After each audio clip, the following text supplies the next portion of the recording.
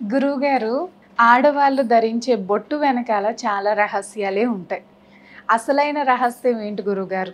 అంటే ఇప్పుడు ఇక్కడ ఆడ, మగ అని కాకుండా ప్రతి వారి ఒక నుదుట పైన సింధూరం ధరించడం వల్ల సింధూరం యొక్క సిగ్నిఫికెన్స్ ఏంటి?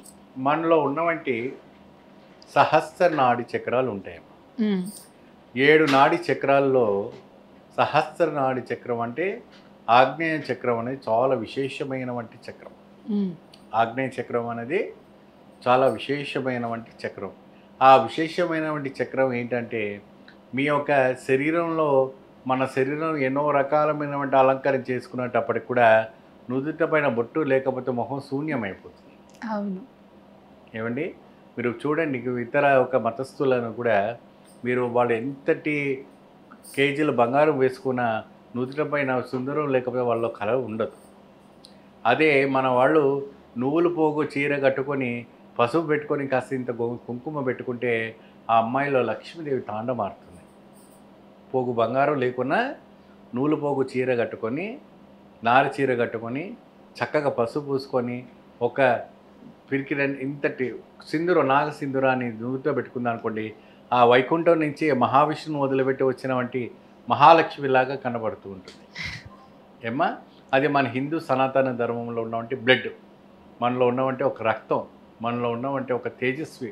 మనలో ఉన్నవంటి ఒక అద్భుతమైనవంటి ఒక కళకాంతి రావటం అనేది జరుగుతుంది. కాబట్టి పురుషులైన, స్త్రీలైన ఎవరైనా కూడా చక్కగా బొట్టును ధరించుకుంటే చాలా వరకు కూడాను దిష్టి దోషం తొలగిపోతుంది. దీనివల్ల ఐశ్వర్యం ప్రాప్తం కలుగుతుంది. దీనివల్ల అనంతమైనటువంటి సంపద కలుగుతుంది. దీనివల్ల ఒక అద్భుతమైనటువంటి ఒక దివ్యమైనటువంటి కీర్తి ప్రతిష్టలు కలగటం రావటం అనేది జరుగుతుంటుంది. ఎప్పుడైనా మనిషి ఆ నుదుట పైన బొట్టు పెట్టుకొని బయలుదేరారు అనుకోండి. ఏమ్మా? ఎప్పుడైనా కూడా నుదుట పైన బొట్టు పెట్టుకొని బయలుదేరితే ఆ ఒక కళాకాంతి అనేది అది అద్భుతంగా ఉంటుంది. ఆ దిష్టి దోషం అలాగే తొలగిపోతుంది. మొదటి చూపు ఎక్కడ పడుతుంది? ఆ ఒక సింధూరం పైన పడుతుంది. దాని తర్వాత అన్ని ఒక అది బొట్టిన తర్వాత కింది అన్నీ చూస్తారు. వస్త్రాలను చూస్తారు, అవిని చూస్తారు. కానీ ఎక్కువగా ముందుగా చూసేది బొట్టును చూస్తారు తప్ప, ఆ బొట్టును చూసేటప్పుడు ఆ దిష్టి దోషాలన్నీ తొలగిపోతాయి కాబట్టి పెట్టుకోవడం చాలా శ్రేష్టం. దీంట్లో అష్టమూలిక తైలముతో తయారబడిన వంటిది నాగసింధూరాన్ని ధరించవలెను. ఆ నాగసింధూరాన్ని స్త్రీ అయిన పురుషులైన ధరిస్తే లక్ష్మి, సరస్వతి, దుర్గా ఉన్నవంటి అష్టాదళ ఉన్నటువంటి శక్తిపీఠాలు ఎన్ని ఉన్నాయో ఆ శక్తిపీఠాలన్నీ కూడా ఆ దేవులు అనుగ్రహిస్తాయి.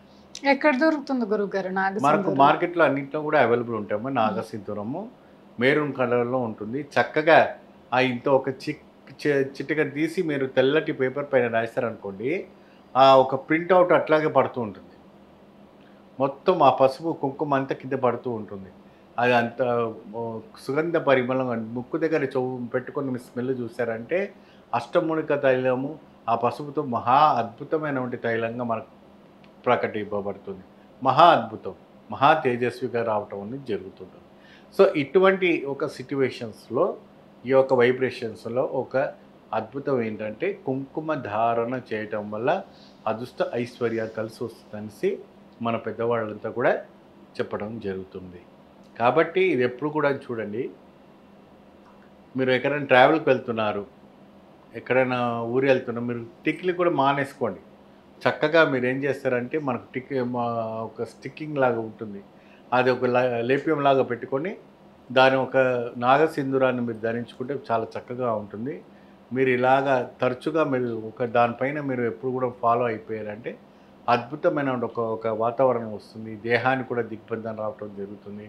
మంచి ఒక ఫలాన్ని ఇవ్వటం అనేది జరుగుతుంది. మరి గురువుగారు ఉద్యోగాలకు వెళ్ళే వాళ్ళు కుంకుమ ధరిస్తే కొంచెం ఏదో తక్కువైపోతాం అన్నట్టుగా ఫీల్ అవుతున్నారు ఈ మధ్య కాలంలో. మరి అలాంటి వాళ్ళు ఏం చేయాలి గురువుగారు? అప్పుడు అది ఒక ప్యాకింగ్ చేసుకొనిమా కనిపించి కనపడినట్టుగా పెట్టుకోవాలి. అంటే శరీర భాగంలో కాకుండా ఇంకెక్కడైనా కూడా పాపెట్లోనో లేకపోతే ఎక్కడైనా పెట్టుకుంటే బారిపోతుంది. పురుషులు కూడా వాళ్ళ ఒక లాకర్స్ ధరిస్తారు అనుకోండి, ఆ లాకర్స్లో పెట్టుకుంటే సరిపోతుంది.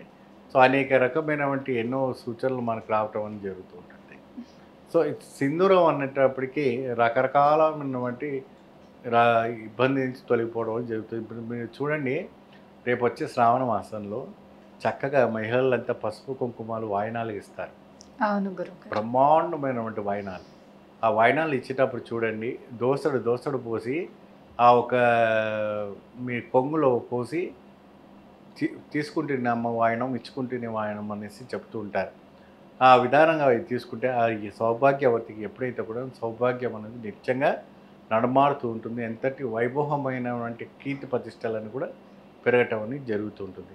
సో అటువంటి పురుషార్థము తీసుకొచ్చేవాడిని. అందుకే ఎప్పుడైనా చూడండి, మన హిందూ సనాతన ధర్మంలో ఏ ఆలయానికి వెళ్ళినా, తిరుపతి వెళ్ళినా సరే, అమ్మవారి ఆలయం సరే, ఇంకా అయ్యప్ప స్వామి శబరిమలకైనా సరే, ఇంకెక్కడైనా సరే మీరు వెళ్తున్నారంటే చక్కగా నామం పెట్టుకొని, చక్కగా బొట్టు పెట్టుకొని, గంధము బొట్టు సింధూరం పెట్టుకుంటే ఆ అలంకారం వేరు, ఆ ఆనందం వేరు, ఆ వైభవం వేరు, ఆ ఒక కళాచారం వేరు, ఆ ఒక సిద్ధాంతం వేరు, ఒక అద్భుతమైన ఒక వైబ్రేషన్స్ అన్ని సిద్ధిస్తుంది. అద్భుతంగా తెలియజేశారు గురువుగారు. బొట్టు యొక్క ప్రత్యేకత ఇది ఎవరికి తెలియదు గురువుగారు. పెట్టుకున్నామా, గుడికి వెళ్ళినప్పుడు పెట్టుకున్నామా, లేదంటే మామూలుగా ఏదో స్టిక్కర్ చిన్నది పెట్టేసుకున్నామా. కుంకుమ ధరించడం అనేది మధ్యలో చాలా అరుదైపోయింది. అసలు స్టిక్కర్ పెట్టుకుంటే బొట్టు పెట్టేసుకున్నామా అని అనుకుంటున్నారు, కానీ కంపల్సరీ కుంకుమ అనేది నుదుటి మీద ఉండాల్సిందే. అది మన సనాతన ధర్మం ప్రకారం కావచ్చు, మన సైంటిఫిక్ రీజన్స్గా కావచ్చు అని మీరు మీ వివరణ కూడా చాలా అద్భుతంగా చెప్పారు గురువు గారు బొట్టు గురించి. ధన్యవాదాలు గురువు గారు.